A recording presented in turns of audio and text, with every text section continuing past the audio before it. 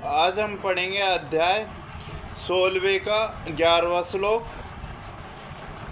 इसलिए हे भारतवासी, मैं श्रेष्ठ अर्जुन, प्रारंभ में ही इंद्रियों को वश में करके इस पाप के महान प्रतीक काम का दमन करो और ज्ञान तथा आत्मा साक्षात्कार के इस विनाशकर्ता का वध करो। भगवान ने अर्जुन को प्रारंभ से ही इंद्रिय संयम करने का उपदेश दिया, जिससे वह सबसे पापी शत्रु काम का दमन कर सके।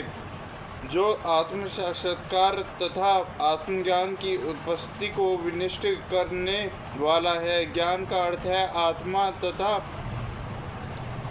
अनात्मा के भेद का बोध। अनार्थ यह ज्ञान के आत्मा शरीर है। विज्ञान के आत्मा की स्वाभाविक स्थिति परमात्मा के साथ उसके संबंध का विशिष्ट ज्ञान सूचित होता है।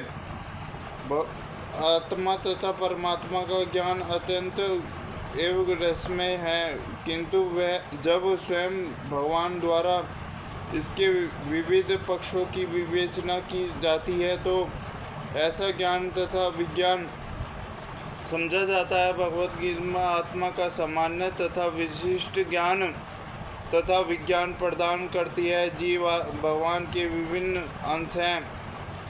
वे भगवान के सेवा के लिए यह चेतना कृष्ण कहलाती है। मनुष्य को जीवन के प्रारंभ से इस कृष्ण को सीखना होता है, जिससे वह पूर्णतः कृष्ण होकर तन्मय कर्म करे। काम ईश्वर प्रेम का विकृत प्रतिबिंब है और प्रत्येक जीव के लिए स्वाभाविक है, किंतु यदि किसी को प्रारंभ से ही कृष्ण की शिक्षा दी जाए तो प्राकृतिक ईश्वर प्रेम का काम करने रूप में विकृत नहीं हो सकता। एक बार ईश्वर प्रेम के काम रूप में विकृत हो जाने पर इसके मौलिक स्वरूप को प्राप्त का पान दुर्योधन हो जाता है। फिर भी कृष्ण इतना शक्तिशाली होता है कि विपरीत से प्रारंभ करने वाला भी भक्ति के विधि विधानों का पालन करके ईश्वर प्रेमी बन सकता है। अतः जीवन के किसी भी अवस्था में या जब भी इसके अनिवार्यता समझी जाए, मनुष्य कृष्ण के भक्ति वेदांत के द्वारा इंद्रियों को वश में करना प्रारंभ कर सकता है और काम को भाव प्रेम में बदल सकता है, जो मानव जीवन को पूर्णता की चरम अवस्था है। कर्मेंद्रिय जड़ पदार्थ की अपेक्षा श्रेष्ठ है। मन इंद्रियों से बढ़कर है। बुद्धि मन में से भी उच्च है और वह आत्मा बुद्धि से भी बढ़कर है। इंद्रियां काम के कार्यकलापों के विभिन्न द्वार हैं। काम का निवास शरीर में है, किंतु उसे इंद्रिय रूपी झरोखे प्राप्त है। अतः कुल मिलाकर इंद्रियों शरीर से श्रेष्ठ है। श्रेष्ठ चेतना या कृष्ण होने पर ये द्वार काम में ही नहीं आते, कृष्ण में आता। भगवान के साथ सीधा संबंध स्थापित करता है। वह यहाँ पर वर्णित शारीरिक कार्यों की श्रेष्ठता परमात्मा के आकार समाप्त हो जाती है।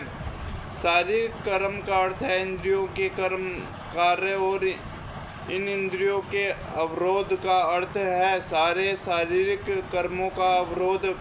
लेकिन चूंकि मन सक्रिय रहता है, अतः शरीर के मौन तथा स्थिर रहने पर भी मन कार्य करता रहता है। यथा स्पंद के समय मन कार्यशील रहता है, किंतु मन के ऊपर भी बुद्धि की संकल्प शक्ति होती है और बुद्धि के भी ऊपर स्वयं आत्मा है। अतः यदि आत्मा प्रत्यक्ष रूप में परमात्मा के रथ में रहते तो अन्य सारे अधिक यथा बुद्धि मन तथा इंद्रियों स्वयं रथ को जाएगा।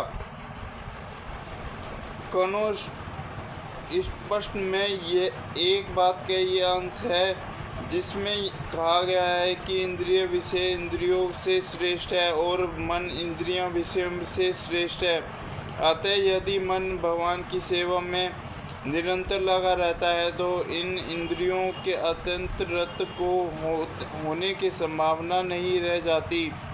इस मनोवृत्ति के विवेचना का जा चुकी है प्रथा निवृत्ति। यदि मन भगवान की दिव्य सेवा में लगा रहे तो तुच्छ विषयों के उसके लग पाने की संभावना नहीं है रह जाती। कनो स्पष्ट में आत्मा को महान तथा कहा गया है। आत्मा इंद्रिय विषय इंद्रियों तथा बुद्धि इन सबके ऊपर है। सारी समस्या का हल यह है कि आत्मा के स्वरूप को प्रत्यक्ष समझा जाए। मनुष्य को चाहिए कि बुद्धि के द्वारा आत्मा को स्वाभाविक स्थिति को ढूंढे और फिर मन को निरंतर कृष्ण में लगाए रखे। इससे सारी समस्या हल हो जाती है। सामान्य निर्देश आत्मा इंद्रिय विषय से दूर रहने की सलाह दी जाती है, किंतु उसके साथ साथ मनुष्य को अपनी विशिष्ट का उपयोग करके सशक्त बनाना होता है। यदि कोई बुद्धिपूर्वक अपने मन को भगवान के शरणगत होकर कृष्ण में लगाया जाए तो मन इस पर सख्त हो जाता है और यद्यपि इंद्रिय सर्प के समान अत्यंत बलिष्ठ हो जाती है, किंतु ऐसा करने पर वे तंतुविहीन सोपों का अपान आसक्त हो जाएगी। यद्यपि आत्मा बुद्धि मन तथा इंद्रियों के स्वामी है तो भी जब तक इसे कृष्ण के संगति द्वारा कृष्ण में सडर नहीं कर लिया जाता, जब तक चालन मन के कारण नीचे गिरने की पूरी संभावना बनी रहती है। इस प्रकार के महाबली अर्जुन अपने आप को भौतिक इंद्रियों मन तथा बुद्धि में से परे जानकर और मन को सावधान आध्यात्मिक बुद्धि कृष्ण से स्थित करके आध्यात्मिक शक्ति द्वारा इस काम रूपी दुर्ज शत्रु को जीतो। भगवद गीता का यह तृतीय अभ्यास मनुष्य को निर्देश देता है कि वह निर्देश सूर्यवाद का चरम लक्ष्य मानकर आपको भगवान का सशक्त सेवक समझते हुए कृष्ण में प्रवृत्त हो। भौतिक जीवन में मनुष्य काम तथा प्रकृति पर प्रमुख पाने की इच्छा से प्रभावित होता है। प्रभुत्व तथा इंद्रियों को इच्छाएं बद्धजीवी का परम शत्रु है।